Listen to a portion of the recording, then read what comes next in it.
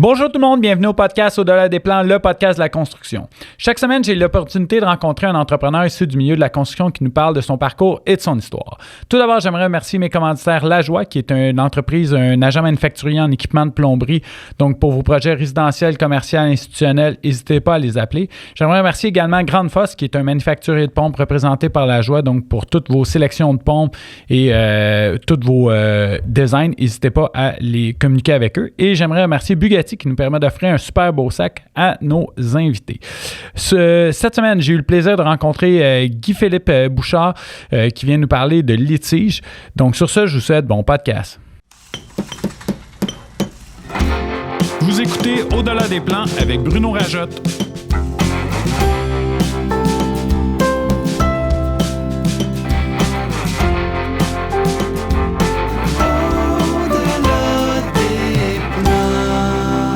Le podcast de la construction. Bonjour Guy-Philippe, excuse-moi de rire. On partie 2 de l'entrevue quand on s'est laissé pour pour les auditeurs la semaine passée. Tu m'as sorti une bombe qui m'a un peu déstabilisé. Si je reprends tes propos, tu me dis quand tu vas dans des contrats publics, il faut que tu sois préparé à faire des réclamations. Tout à fait. Ça veut dire qu'il nous faut... Chaque entrepreneur doit avoir un Guy-Philippe dans son équipe, là? Ben, écoute, appelez-moi si vous voulez, mais ça vous prend... Moi, je vous conseille d'avoir un avocat de confiance qui s'y connaît en la matière, qui s'y connaît pour pouvoir vous aiguiller rapidement. Et puis, pour pouvoir... Regarde, moi, je fais beaucoup de cliniques là, dans ma pratique. Je reçois des appels, une petite question ici et là. Puis, tu sais, ça me fait plaisir d'y répondre. Puis, souvent, je fais des formations aussi aux chargés de projet, aux contremaîtres, aux surintendants. Faites attention à ça, faites attention à ça, faites attention à ça. Mais attends, on est au podcast, on a du temps. Là. Faites attention. Bien, je vais y arriver à ces faites attention-là. Mais... En termes s'équiper pour la réclamation, en tenir compte, ça prend... Oui, il faut s'adjoindre des bons partenaires, puis un avocat, c'en est un. Mais il faut aussi avoir une conscience dans l'entreprise qu'on va faire face à cette réalité-là. Et puis, il faut avoir mis les outils en place pour pouvoir bien le gérer. Puis, on parle surtout de structure d'entreprise? Bien, on parle... Puis de processus? Bien, regarde, on parle d'une conscience du contrat. Il faut avoir lu nos contrats, il faut les comprendre. Il faut avoir des rapports journaliers en place. Puis des rapports journaliers qui décrivent bien ce qui se passe au chantier. Tu sais, juste quelques mots puis des photos, faites une phrase complète. On va dire, comme aujourd'hui, on était censé faire telle affaire, puis ça prend une planification, puis il devrait y en avoir une, et tel événement est survenu qui a perturbé nos travaux, on a fait telle autre chose. Puis ça peut aller, écoute, si le contremaître peut écrire « on a perdu 1h45 » dans son rapport, ça va être extrêmement utile. Fait que si tu as ces documents-là, puis après ça, tu as le réflexe à l'intérieur de l'entreprise de gérer ces documents-là selon les modalités contractuelles, bien à ce moment-là, tu es déjà bien parti. Parce que ce que c'est une réclamation, c'est de dénoncer une réalité qui perturbe tes travaux et puis d'évaluer la valeur de cette perturbation-là. Combien de temps on a perdu. Puis ça, ben les gars sur le chantier sont à même de le faire, puis on est à même de le faire avec les feuilles de temps, puis on est à même de le faire avec les rapports globaux du chantier. Mais encore là, il faut que cette culture à l'interne de l'organisation du travail, de la gestion du travail qui est réalisé soit mise en place. Puis honnêtement, j'en connais pas beaucoup des entrepreneurs généraux spécialisés dans l'industrie de la construction qui n'ont pas de rapport journalier ou qui n'ont pas une bonne planification ou qui ne tiennent pas compte des échéanciers. Tu sais, ça, c'est déjà en place, mais il faut... Mais pour les là, tu viens de dire un affaire important. Pour les généraux, les rapports journaliers font partie prenante de leur processus. Oui. Mais pour les... Je vais être bien franc avec toi, moi, je fais affaire avec plein de plombiers dans la vie. Oui. Mes clients, là, c'est des plombiers, des ingénieurs, mais principalement des plombiers. Tu parles de rapports journaliers, là. Vite de même, à la quantité de clients qu'on a, j'en ai une dizaine en tête là, qui doivent faire ça. Et pourtant, on dessert, je sais pas, 4000 plombiers annuellement. Ben, écoute... Fait qu'eux, ils sont tous à risque. Ils sont très à risque. Mais là, quand tu parles d'un rapport journalier, on parle un 3-4 lignes avec une couple de photos. Qu'est-ce que... Tu sais, comme avocat, qu'est-ce que tu aimerais voir? Bien, premièrement, qu'est-ce que tu vois actuellement sur le marché? Soit pas de journal ou des aberrations, genre des two-word... Moi, en général, là, je vois... On a travaillé où? Tu sais... Axe, telle affaire, telle modification, puis quelles problématiques sont survenues. Ça, là, c'est déjà très bon. C'est des gros plombiers ou de peu importe la taille? C'est les plus gros qui font ça, mais je te dirais que moi, ce que j'entends, c'est que les moyens puis les plus petits commencent à s'organiser. Puis, y a-tu des logiciels qui favorisent ça? Il y en a. Il y en a beaucoup, ça? Il y a toutes sortes d'options sur le marché là, de logiciels qui permettent de gérer ça. Mais honnêtement, là, tout le monde a un téléphone cellulaire.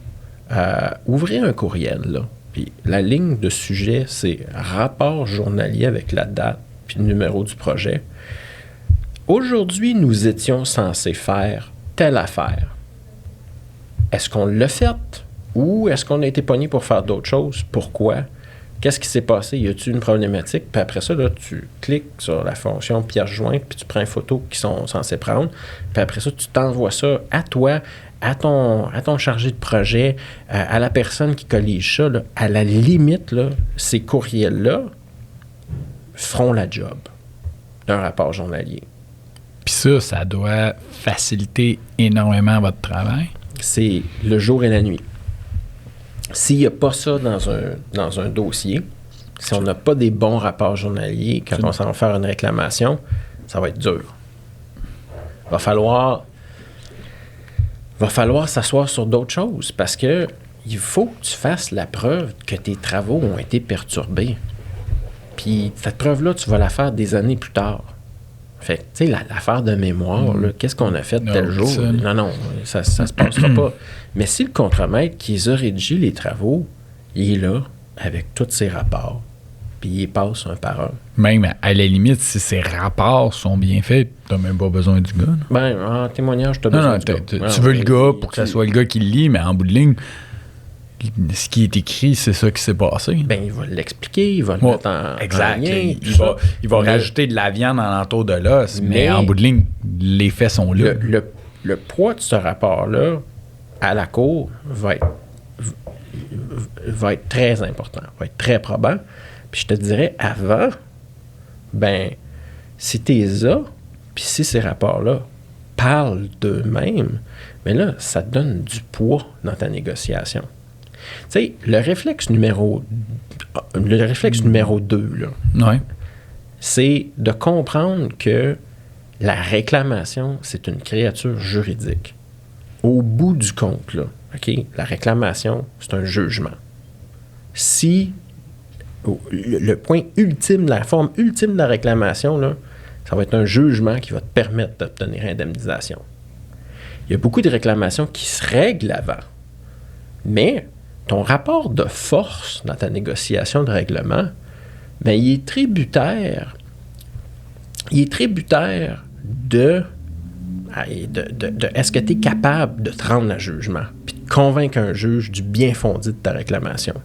Si l'autre côté sont convaincus de ça, à ce moment-là, tu peux réclamer. Tu vas régler ta réclamation.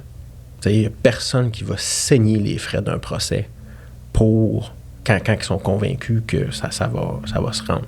Parce que les frais, j'aime jamais parler contre les avocats, parce que tu sais jamais quand tu vas en avoir besoin d'eux, mais tu sais, c'est assez important. Là. Ça doit être une charge assez importante. Ça peut l'être. Au dossier. Puis ça, d'une part comme de l'autre, c'est pas des frais qui sont réclamables. C'est pas des frais qui sont réclamables. Parce que souvent, c'est ça. Tu sais, je vois plusieurs cas où ce que tu te dis, il y a place à réclamation, mais ça va coûter tant de milliers de dollars, tant de dizaines de milliers de dollars d'avocats, vaut pas la peine.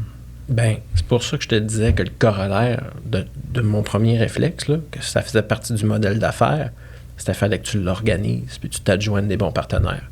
Parce que si tu t'organises, puis à l'interne, tu as les outils qui te permettent de monter une réclamation de la bonne manière. Puis de l'envoyer sans avoir besoin d'un avocat.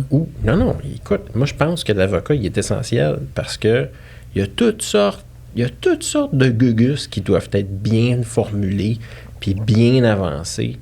Puis à un moment donné, l'avocat, il est essentiel pour faire avancer le dossier. Mais un avocat qui s'y connaît dans ça, ben, va être en mesure de prendre la balle au bon, puis de ne pas dédoubler les efforts, ou pas d'apprendre sur le tas.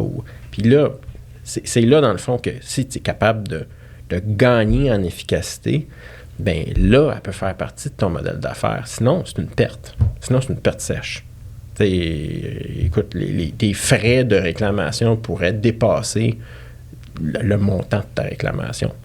Mais si la culture est là, les bonnes relations d'entraide professionnelles sont là, ben à ce moment-là, il y a moyen de faire quelque chose. Il y a moyen d'exercer nos droits.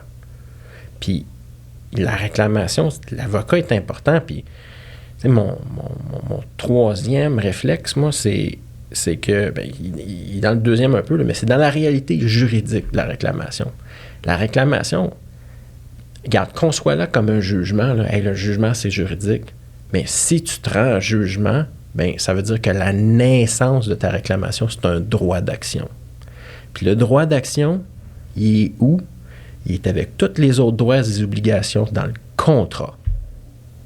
Fait que ton contrat, là, faut le lire, faut en prendre connaissance. Puis je te le dis, là, il y a toutes sortes de manières de restreindre le droit d'action par rapport à une réclamation.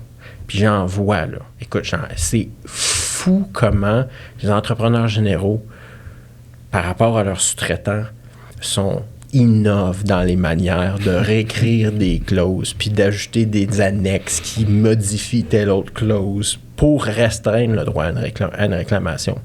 Faut les lire, ça. OK, mais là, faut que je t'arrête. Là. Mes points serrent, là. T'as bien beau...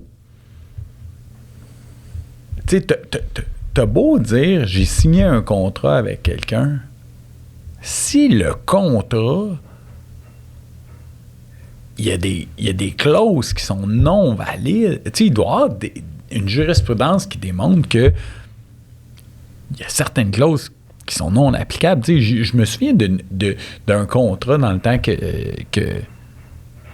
je travaillais dans l'exécution des travaux. Pas, là, je te résume, là, mais c'était en gros, aucun extra sera recevable. Tu sais, moi, je me suis toujours dit, ça n'a aucun bon sens. Puis pourtant, on avait une filée de sous-traitants qui voulaient travailler pour nous autres. Là.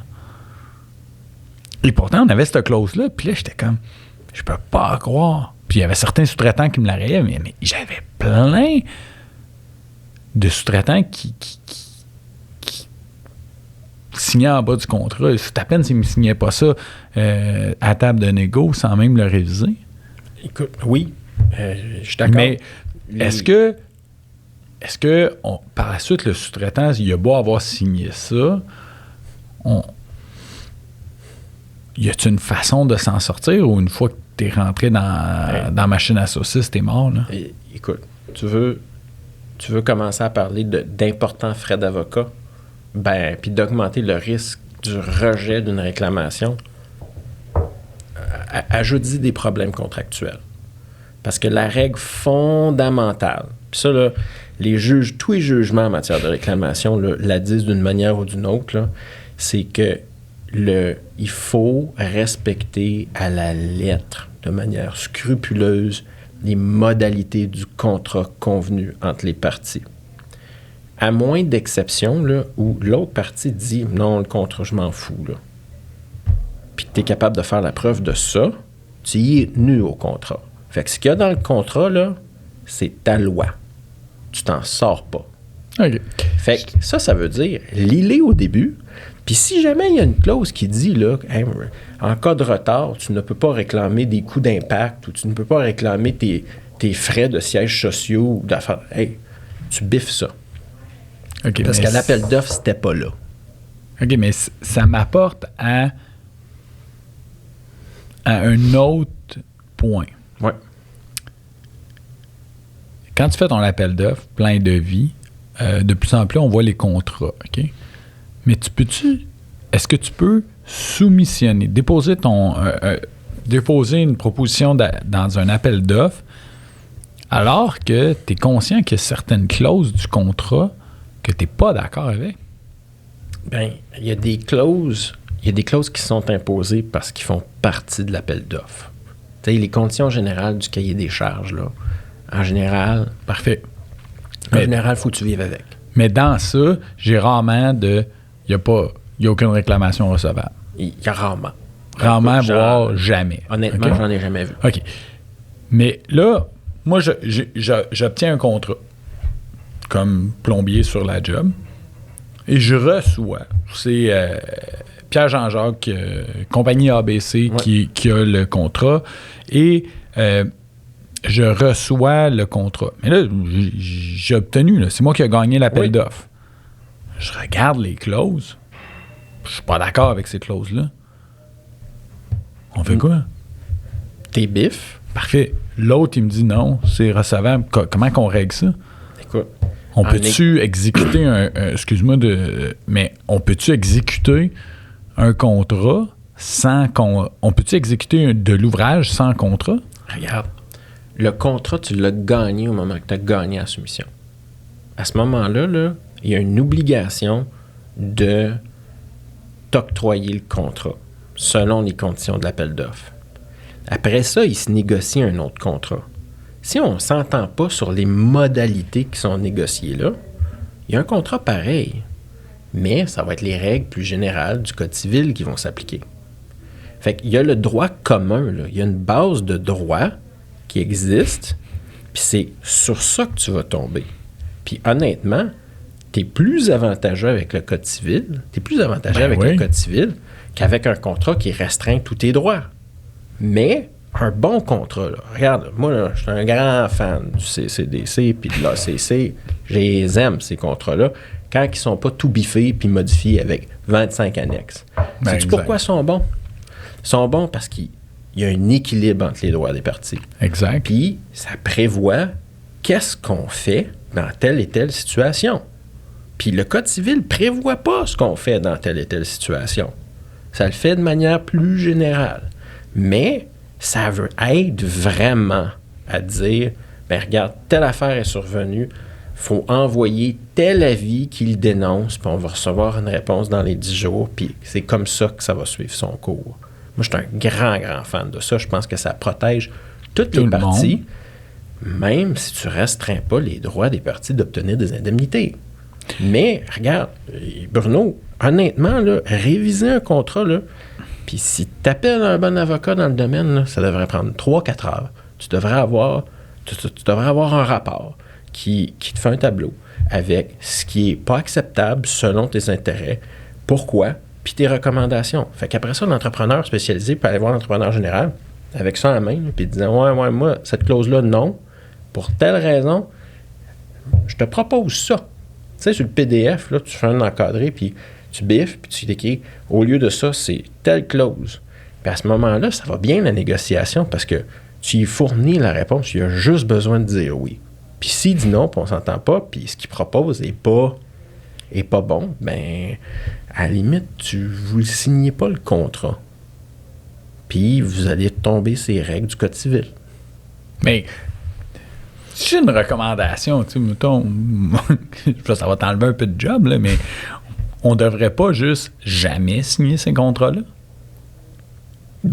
Parce que ce contrat-là, peu importe le contrat, il n'y aura jamais aucun contrat qui va être plus permissif que le Code civil. Non. Toutes les autres vont restreindre de plus. Il n'y a aucun. Sinon, il ne ferait pas de contrat. Moi, j'aime beaucoup la clarté qu'un ACC puis qu'un CCDC amène aux droits et obligations des parties. Le professionnel fait quoi?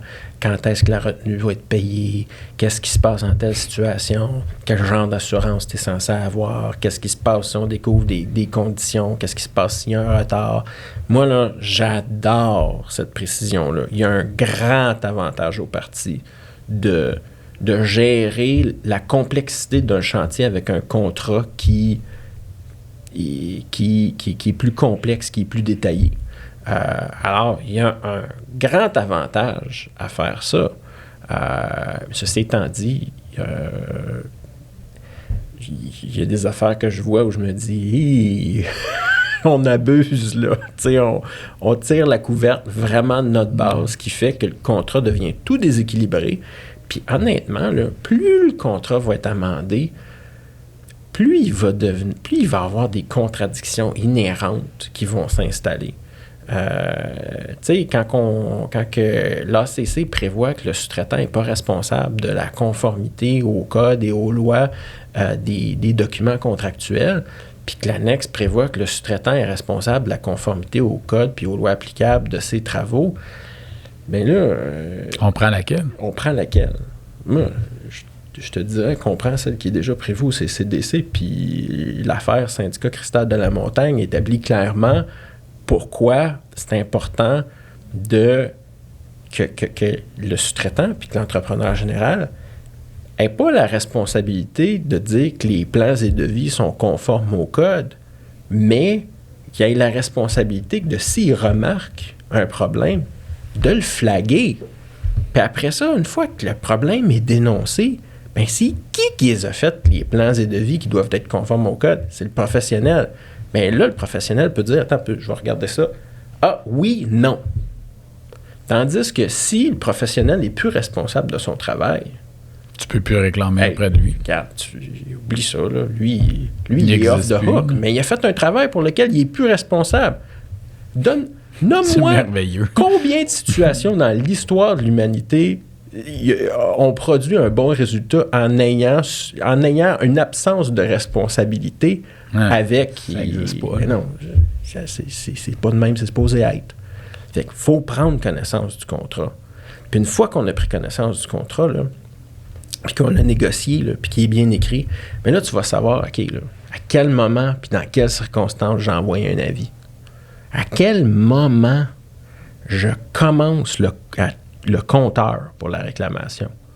Tu sais, tu peux décider, là, moi, là, regarde, je veux pas donner de problème à personne, là.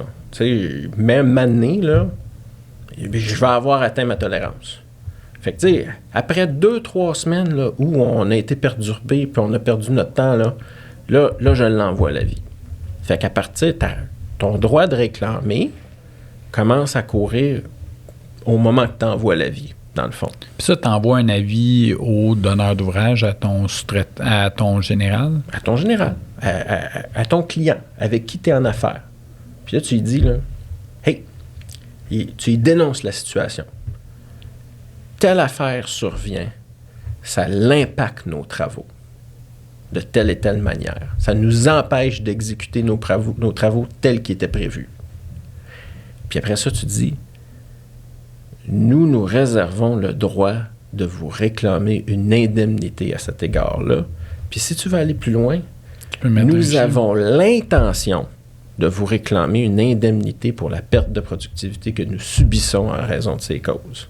Nous vous tiendrons informés de notre évaluation de cette perte. T'écris l'avis, là. Il doit y avoir des courriels pris. Oui, puis tu le rends conforme au langage du contrat, dans le fond. Mais là, eux autres, ils reçoivent ça.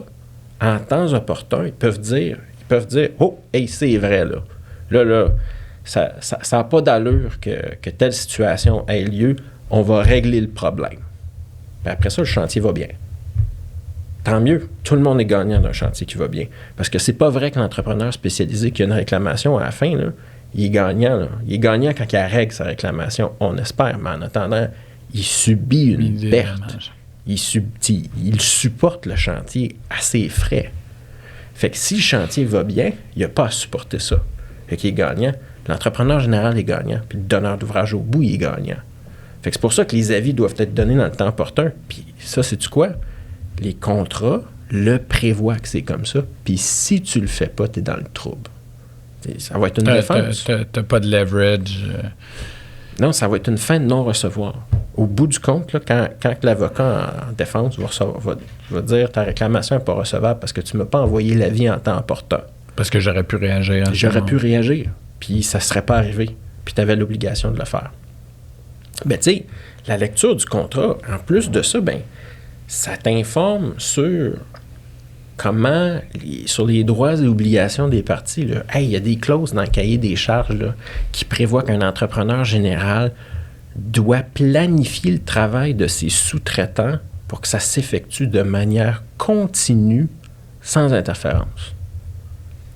Et ça, là, c'est beau, là, ça, là. Écoute, c'est beau, dépendant dans quel siège que t'es, là. Oui, mais, tu sais, ça dit, dans le fond, là, les sous-traitants, là, qui rentrent là, puis les sont coordonnés sont coordonnés, mais il faut que tu arranges ça, là, pour quand ils installent la tuyauterie, ils soient capables de le faire toute d'une shot. Puis après ça, ils s'en vont ailleurs, puis ils installent toute d'une shot. Ils sont capables de faire leurs travaux, là, puis ça prend le moins de temps possible. Puis c'est le fun, ça. Mais si ça n'arrive pas, ben... Ça n'arrive jamais, là, juste que tu saches. Ben, ça n'arrive jamais, mais regarde, si ça n'arrive pas, ben il y a un manquement à l'obligation prévue au contrat. Fait que tu es capable de dire, regarde, ton obligation, c'était ça. C'est écrit noir sur blanc. Puis ça s'est pas passé. Fait que c'est toi qui es responsable. Tu avais cette obligation-là, puis ça s'est pas passé. Puis après ça, l'entrepreneur général, il peut dire, ben c'était pas de ma faute, parce qu'il est survenu telle affaire. Puis là, tu sais, be that as it may, tu es responsable envers moi, puis regarde, si tu veux faire valoir ton propre droit d'indemnité, ton action en garantie, ben on peut travailler ensemble. Puis hey, ça arrive des entrepreneurs généraux puis des entrepreneurs spécialisés qui travaillent ensemble. Parce que c'est pas vrai que c'est tout le temps la faute des entrepreneurs généraux, loin de là.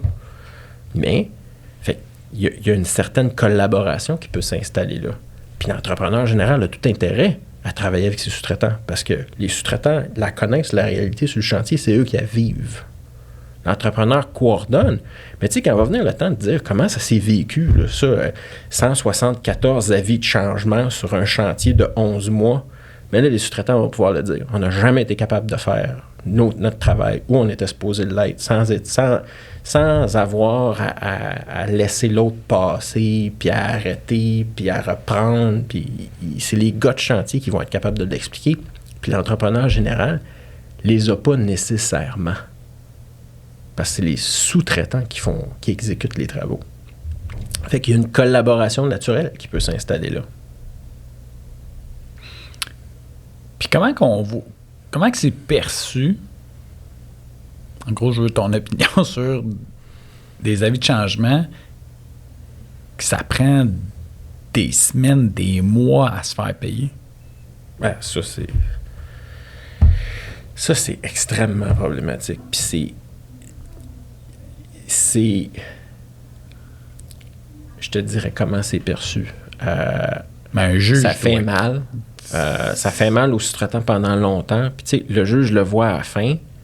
Puis, mais tu sais, souvent, quand le juge va le voir, cette partie-là du dossier va être réglée. Mais en attendant, ça fait mal. En attendant, tu sais, c'est... Hey, moi, j'ai exécuté tous ces travaux-là, là. Puis, on n'est pas payé pour quoi?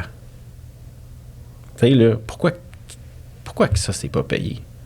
Puis souvent, ça se parle pas pour pour toutes sortes de raisons qui... Tu sais, on se dit, ben on va régler tous les avis de changement en même temps. Hey, regarde, cette façon de faire-là, je l'ai, ça prend en otage le monde. C'est bien plus facile de régler un problème qui vaut 5 000 $ que de régler 40 problèmes qui valent 5 000 $ en même temps. Exact. Écoute, règle ce que tu es capable de régler, avance, paye ce qui est dû, puis ça va... C'est une preuve de respect, c'est une indication de ta bonne volonté, puis ça, là, ça, en général... Ça favorise l'opinion du juge. Là. Ben, pas juste l'opinion du juge, mais ça favorise la réciprocité des mêmes intentions des autres parties intervenantes au dossier. Fait que là, tu sais, regarde, moi j'ai mis de l'eau dans mon vin ici, ben moi je vais en mettre de l'eau dans mon vin, puis on va se patenter ça, puis à la fin du compte, ils se disent hey, on va sauver en avocat, tant mieux. Puis moi, ça me fait pas mal. Pas en tout qui sauve en avocat sur ce dossier-là. Il y en a assez de l'ouvrage à faire. Il y a rien qu'un certain nombre d'heures dans une journée, on va aller les travailler ailleurs, sur un autre dossier où on peut être plus productif que sur un dossier qui avance pas parce que les parties sont entêtées, parce que il y a tel autre problème non relié qui dépendent de d'autres intervenants à régler avant. Et dans ce temps-là, tu mets ton dossier en état, là, puis tu attends ta date de cours. Puis tu pousses pour avoir ta date de cours le plus rapidement possible, pour avoir l'épée de Damoclès du juge là, qui s'en vient.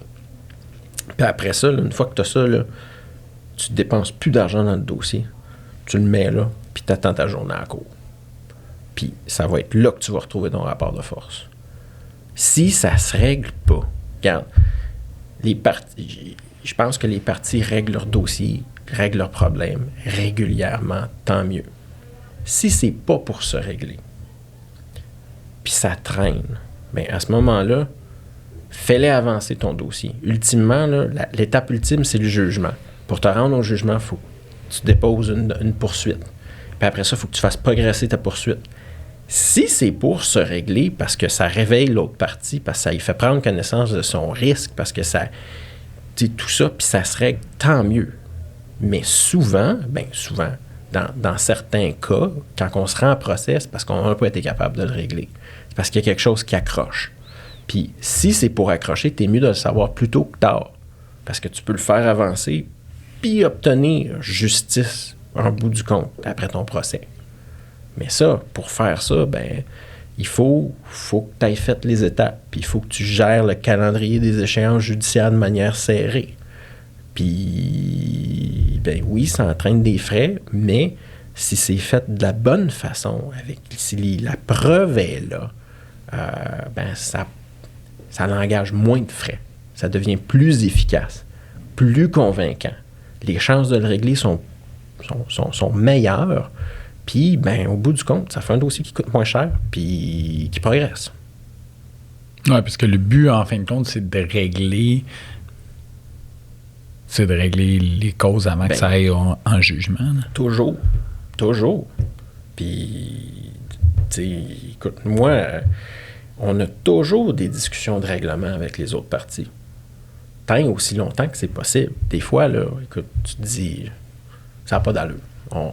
On est sur deux planètes complètement différentes. On va aller devant le juge. Dans ce temps-là, t'es mieux de le savoir plus tôt que tard. Puis de pousser pour y aller.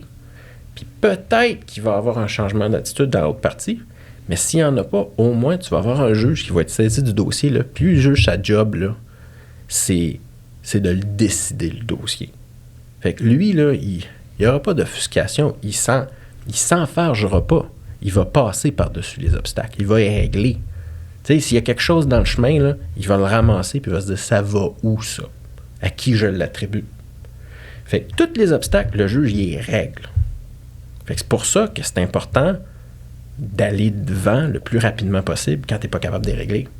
Puis, si tu es capable de les régler, c'est pour ça que c'est important d'être le mieux organisé possible pour que tu dises à l'autre partie, regarde, là, moi, là, c'est ça mon montant. Je suis prêt à le régler à ça. Sinon, je m'en vais devant le juge. Puis je vais l'avoir, mon montant, devant le juge.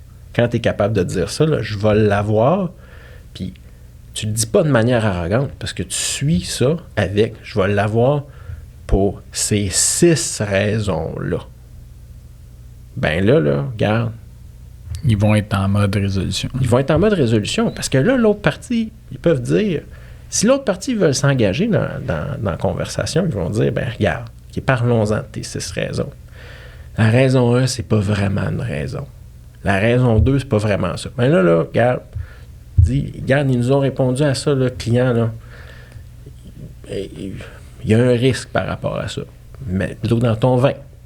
Mais s'ils sont pas capables, à ce moment-là, tu leur dis, regarde, dis-moi pourquoi je devrais baisser mon montant. Parle-moi de mes raisons. Puis s'ils veulent pas en parler, ben tu t'en vas devant le juge le plus rapidement possible. Puis s'il y en a un dialogue à ce moment-là, c'est « rejoins-moi ». Puis si t'es pas capable de me rejoindre, dis-moi-les. Hein, regarde, là, mon client, là, OK, même si t'es d'accord, là, il est pas capable d'y aller à ce montant-là. Mais il est capable d'aller là. Dernière offre. À prendre ou à laisser. Puis là, ben, les clients feront leur choix. Parce que ultimement, c'est eux qui choisissent. Mais si le dossier il est bien monté, tu peux... Tu es assis sur du béton. Fait tu peux attendre. Tu es solide. Fait que la job, tu sais, souvent, les gens, c'est cool, chargé de projet, tu sais. Mais tous les chargés de projet devraient suivre des formations juridiques sur comment bien structurer son projet. Parce que, tu sais, le chargé de projet, c'est un peu chez les sous-traitants qui est un peu le chef du sous-traitant. Fait que lui, la job du chargé de projet au niveau de la structure, au niveau des relances, tu sais, tantôt on parlait, il faut savoir quand envoyer le premier email puis pincher. Puis, tu sais, je vois souvent des chargés de projet qui en ont envoyé 1, 2, puis là, on n'entend plus parler pendant des mois. Toi, tu suggères quoi, une fois par mois, quand arrive le décompte, de relancer le client à cet effet-là, si tu n'as pas d'action au niveau de tes avis de changement, puis tu n'as pas d'action au niveau de tes réclamations dues à perte de temps diverses? Là? Regarde, le contrat prévoit une espèce d'échéancier. Tu envoies un avis pour dénoncer telle chose. L'entrepreneur général doit répondre dans tel délai. Si l'entrepreneur général répond dans tel délai puis il n'est pas d'accord, tu peux envoyer un avis différent puis le soumettre à la médiation. Fait que, tu vas avoir une espèce de sous-dossier. Bon, telle situation, tel sous-dossier, on a envoyé tel avis, tel avis, tel avis, tel avis. Puis là, tu te fais un tableau à l'étape où tu es rendu. Puis là, tu en as d'autres comme ça.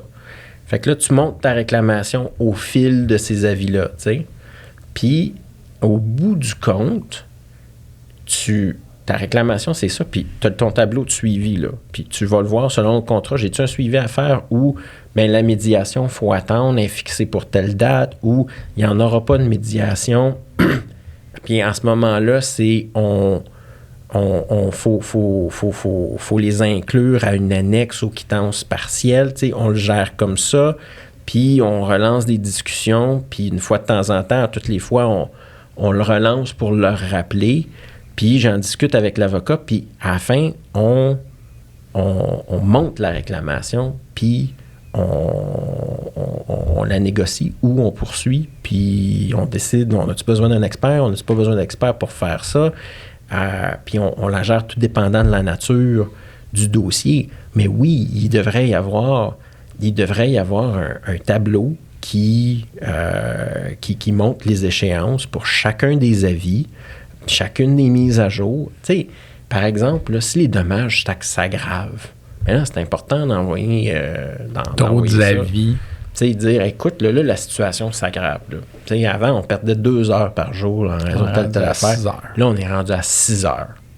Puis, il faut qu'on soit là parce que vous nous avez cédulés, tu sais. S'il vous plaît, là, renvoyez l'échéancier pour telle chose, tu sais, proposez des choses comme ça. Puis, ça, le chargé de projet a cette responsabilité-là, selon moi. Puis, le chargé de projet, c'est la personne avec qui j'interagis le plus dans ces dossiers-là quand vient le temps des montées. Puis ceux qui sont bien organisés, là, ça va bien. Ça va bien, là. Ça doit faciliter beaucoup. Tu sais, moi, je me souviendrai tout le temps d'une cause où j'ai eu à intervenir. Puis moi, j'arrivais un peu à la fin du projet. Puis là, quand j'ai commencé à ouvrir les documents pour faire la chronologie des événements, j'ai comme, my God, non. Ça va être difficile de se défendre avec ça. Ça va être difficile d'attaquer avec ça. Hey, on n'a pas grand-chose. Tu sais, c'était mal fait, mais tu sais, je pense, c'est comme n'importe quoi. Si la structure est faite, tu sais, je me souviens, je donne temps comme exemple, quand tu prépares tes impôts. Si, hey, t'as tel document, tu l'imprimes, tu le classes. T'as tel document, tu l'imprimes, tu le classes. Tu sais, versus, t'arrives 2 semaines avant, là, il faut que tu sortes tout, il faut que tu cherches tout. Là, tu vas dire, ça prend du temps. Tu ouvres l'enveloppe de dessus. Exact. C'est ça. Là, c'est une belle comparaison. Si tu as fait le ménage au fur et à mesure, tu as classé les affaires au fur et à mesure. Seul, regarde, la responsabilité est dans le titre, hein, chargé de projet. Ils sont en charge du projet, ils en assurent la gestion. Bien, gérez-les, l'information. Une information gérée, c'est une information qu'on n'a pas besoin de regérer plus tard, de réanalyser. Ça, c'est la pire affaire. Ça, là, quand il a fallu que tu analyses tous les pré-engagements, tu sais, dans un dossier, quand on fait un interrogatoire, on demande plein de documents en pré-engagement. Puis là, tu prépares ton interrogatoire en révisant ces documents-là. Mais là, s'il faut que tu révises à nouveau ces documents-là quand tu mets le dossier en état pour décider s'ils sont en pièces ou s'ils sont pas en pièces. Puis là, après ça, il faut que tu les réanalyses de nouveau pour voir ils font où le sens. Quand tu viens le temps de préparer ton procès, tu reviens de faire la job 3 fois. Puis c'est de la job, je veux rien vous enlever, mais c'est de la job qu'on n'a pas besoin d'un avocat à faire. L'avocat devrait avoir à analyser ces documents-là, puis ressortir les plus forts pour venir les aider à monter la preuve finale, mais ne devrait pas être à fouiller dans les boîtes puis à monter une preuve qui n'a pas été structurée. Là. Non. Écoute, l'avocat devrait dire, là, regarde, donne-moi tes échéanciers. OK? Puis l'avocat dans le domaine devrait être capable de regarder l'échéancier, là, puis de savoir où aller regarder. Tu sais, en bas, y a-tu des mentions, des réserves, des affaires? En haut, y en a-tu? C'est quoi les dates qui bougent? Regarder les phases, sont-tu pareilles? Puis faire ce suivi-là. Les rapports journaliers, je te dirais, si les rapports journaliers ont été écrits avec une section problématique, la job est facile. Tu sais, la job est facile. Mais le mieux, là, c'est si le chargé de projet a envoyé les avis, si au fur et à mesure, il y avait le réflexe, il s'est passé telle entrave à mes travaux aujourd'hui, je la dénonce, moi, je pars du courriel. Hey, paf! Tu as été mis au courant puis tu n'as pas réagi. Tout, quand je vais venir préparer le dossier pour le juge, tous les courriels sont là. Tac, tac, tac, tac, tac, tac, tac, tac, tac. Toutes les entraves sont là par date. Tac, tac, tac, tac, tac. Les avis ont été envoyés. Tac, tac, tac, tac, tac. Ça, qu'est-ce que ça a fait? Tac, tac, tac, tac, tac. Puis après ça... Le fait qu'il n'y ait pas eu de réponse, ça doit être une tonne de briques. Quand il n'y a pas eu de réponse, ça... Tu sais, quand il n'y a pas eu de réponse en courant d'un chantier, tu sais qu'il faut que tu ailles devant le juge rapidement. Parce que... Tu as quelque chose de gagnant. Là. Ça veut dire... c'est parce que ça veut dire que tu n'en auras pas de règlement. L'entrepreneur général, il est probablement une part de fautif parce qu'il gère mal son dossier. Puis des fois, on en a là, qui soumissionnent, qui sont le plus bas soumissionnaires conformes, puis qui gagnent comme ça, mais qui n'ont pas la capacité de gestion, là, qui sont pas sophistiqués, qui sont 3-4, puis il n'y en a pas de réunion de chantier, puis il n'y en a pas d'échéancier. Puis des fois, il y en a là, que... Regarde, tu montes des échéanciers, puis l'échéancier de... Un moment donné, les premiers échéanciers, ils ont 4 phases. Puis après ça, les autres échéanciers en cours de projet, on est tombé à 2 phases, puis il y a des affaires qui sont plus là. Là, ça indique qu'on a perdu le contrôle de l'échéancier.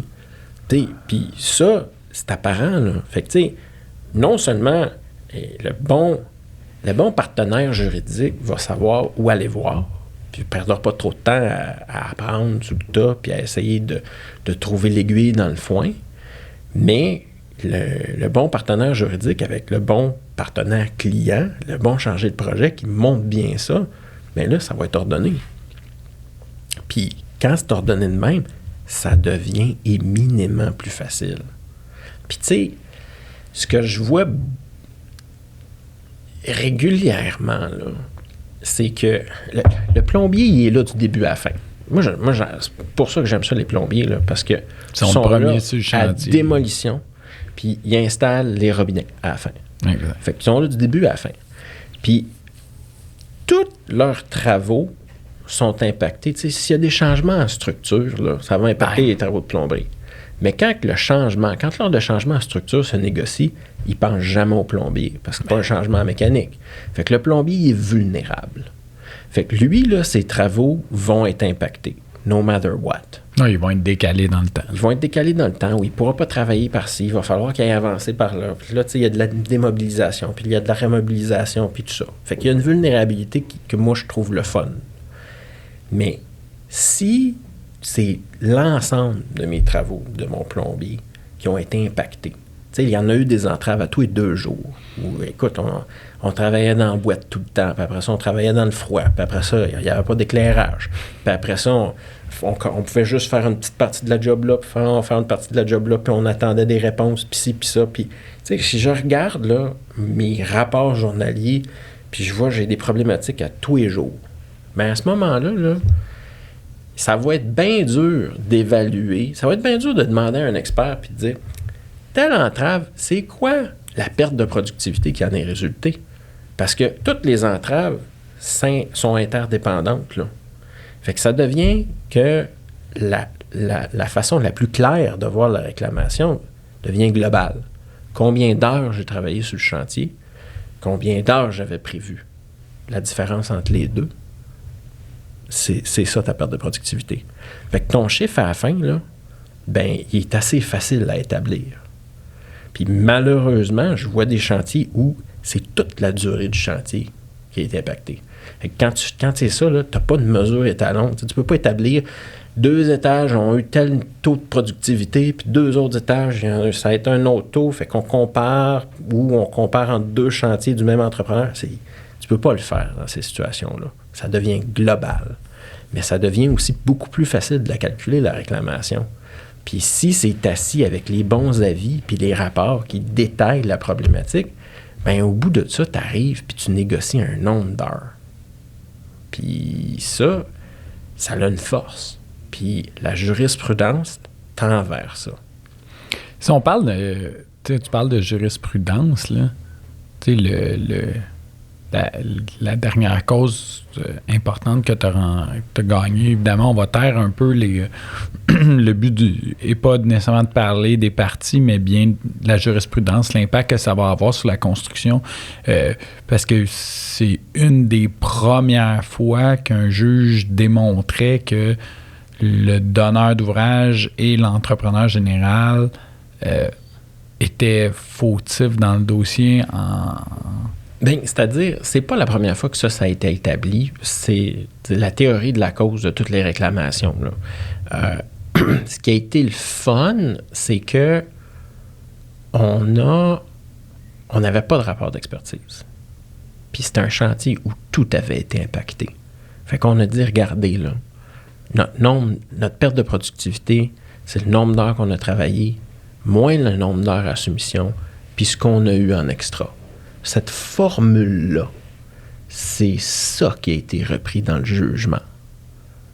Puis ça simplifie la donne. Il y avait déjà des jurisprudences qui avaient dit « Hey, le témoignage d'un président de compagnie est recevable pour établir les dommages parce qu'il la connaît, sa compagnie. » C'est pas des opinions, c'est des faits, c'est des coûts qu'il a supportés. Puis en tant que président de compagnie, là, c'est sa compagnie, c'est lui de l'argent qui est supporté. sorti. Fait que ça, c'était déjà établi. Mais comment le faire, la poutine, la recette, bien là, ce jugement-là ils l'ont adopté. Puis après ça, il y a d'autres affaires qui ont été bien établies. La valeur probante du rapport du BSDQ pour établir que la soumission est bien fondée, bien ça aussi, ça a fait partie de l'histoire. Puis, quelle section de l'ACC, quand on fait une réclamation, là, est-ce que ça se fait? Écoute, il y avait tout un débat, ça se fait sous 6.6 qui prévoit des avis au moment opportun par rapport à 12.1 qui a d'autres termes par rapport au délai. Mais quelle section du contrat s'applique? Bien, ça a été déterminé dans ce jugement-là aussi. Fait, il y a beaucoup d'éléments qui ont été clarifiés dans le domaine de la réclamation, puis ça donne que c'est un beau dossier où il n'y en avait pas de rapport d'expert là-dedans. Fait que ça la rend plus accessible. Tu sais, c'est de dire qu'il faut penser au modèle d'affaires, mais ça, c'est un outil là, qui rend la chose plus accessible pour les plombiers en particulier, parce qu'ils sont là du début à la fin, dans un type de dossier précis où des entraves ont perturbé l'exécution du travaux pendant la totalité des travaux, ou presque. Fait que, tu sais, ça, c'est le genre d'avancée jurisprudentielle, là, tu sais, ça va faire partie du cahier d'autorité, puis après ça, tu dis, regardez, c'est comparable, là. La situation qui se passe ici est comparable à la situation qui s'est passée là, puis la Cour supérieure a fait telle affaire dans cette situation-là. On vous demande de faire la même chose. Puis, écoute, j'étais dans une conférence de gestion, dans un dossier en gestion particulière, où il y avait une partie qui a décidé de ne pas avoir de rapport d'expert. Puis le juge coordonnateur, le juge en gestion particulière a émis le commentaire, là, moi, j'ai pas de problème avec ça. J'ai pas de problème, moi, avec une partie qui va dire c'est les dommages que j'ai subis, puis ça se calcule comme ça, puis j'ai pas besoin de m'enfarger dans un rapport d'expert. Tu sais, le juge a un respect pour ça. Parce que, fondamentalement, une perte, là, c'est des faits. Ouais, c'est ça. C'est pas une opinion, là. Tu sais, c'est basé sur du data. Là. Oui, puis l'exécutant est dans une position différente que l'entrepreneur général. L'entrepreneur général, lui, souvent, ça va être un frais de retard. Fait que là, il va falloir qu'il aille voir ses échéanciers puis son cheminement particulier. Puis là, il s'est passé telle affaire, comment ça a impacté tel chiffre dans tout le cheminement critique du projet. Ça, là, ce travail-là, là, je pense que c'est raisonnable d'engager un expert pour le faire puis démêler tout ça. Mais pour un exécutant qui a perdu du temps à une journée donnée en raison de telles affaires, hey, les gars qui ont été sur le terrain, là, c'est eux autres, je pense, qui sont capables de faire la meilleure preuve par rapport à ça. Parce qu'un expert ne pourra jamais venir dire « oui, ils ont perdu tant de temps cette journée-là, mieux que le gars qui l'a vécu. » C'est un fait combien il s'est perdu de temps dans une certaine journée. C'est ça, il devait faire tel job, ce qui était établi dans l'échéancier, puis là, dû à telle situation, il a juste pu faire la moitié de la job ou il n'a pas pu faire la job. Fait que ça, à partir de là... Mais je pense que ça va aider beaucoup les sous-traitants. Là. Ben, j'espère. Honnêtement, tous ces dossiers-là sont des mines d'or. Pas des mines d'or. Écoute, c'est des chefs-d'œuvre. quand tu es avocat en litige, c'est des aventures. Là. On est comme un peu des chevaliers qui se font engager par un village. Là. Le client, tu arrives dans un village, puis ils ont tel problème, puis ils disent là, il faut que tu ailles te battre contre tel dragon pour sauver nos enfants. T'sais. Puis on met l'épaule à la roue, puis on s'embarque dans cette aventure-là, puis il y a des problèmes qui surviennent. Les autres parties, c'est la même affaire. Ils nous soulèvent des affaires, ils font des bons coups, puis il faut y répondre. Fait que l'expérience humaine d'un dossier comme ça, là, c'est des longues journées de travail. Là. Tu es en procès, tu finis de travailler à minuit, puis tu te lèves à 3 heures du matin pour commencer ta journée, puis Puis, tu sais, l'adrénaline est là, t'es pas fatigué pantoute, puis c'est le fun. Tu sais, le nombre de fous rires qu'on a dans ces dossiers-là, là, parce que, tu sais, c'est humain, puis il se passe des choses, puis tu sais, c'est vraiment le fun. Tu sais, l'idée, c'est de mélanger cette passion du juridique-là avec une organisation chez le client qui nous permet que le client ne sente pas que la facture, c'est juste une dépense. Tu sais, quand je dis que ça fait partie du modèle d'affaires, oui, c'est une dépense, mais pour engranger un profit. Tu sais, parce que, dans le fond, l'idée, c'est que tu ne seras pas capable d'aller chercher la pleine valeur de ce que ton contrat vaut parce qu'il va se passer plein d'affaires durant le chantier. Fait qu'il faut que tu te prépares à ça. Fait qu'il faut que tu le gères pour être capable d'y trouver ton compte. Je pense que c'est possible. Je pense que c'est possible de le faire si on est bien organisé. C'est sûr que le mieux on va être organisé, le plus rentable ça va être. Parce que tu vas les régler rapidement, les dossiers, puis là, tu vas te ramasser à aller chercher ton indemnité sans avoir dépensé trop de frais d'avocat. Mais tu vas avoir ton investissement, ça va être dans ton organisation. Mais en même temps, c'est pas quelque chose qui est perdu. Sauver à long terme. Moi, les clients qui font ça, qui sont organisés de même, fonctionnent mieux. Après ça, là, dire je suis capable de faire des plus gros chantiers, des chantiers plus complexes, mais ils sont capables.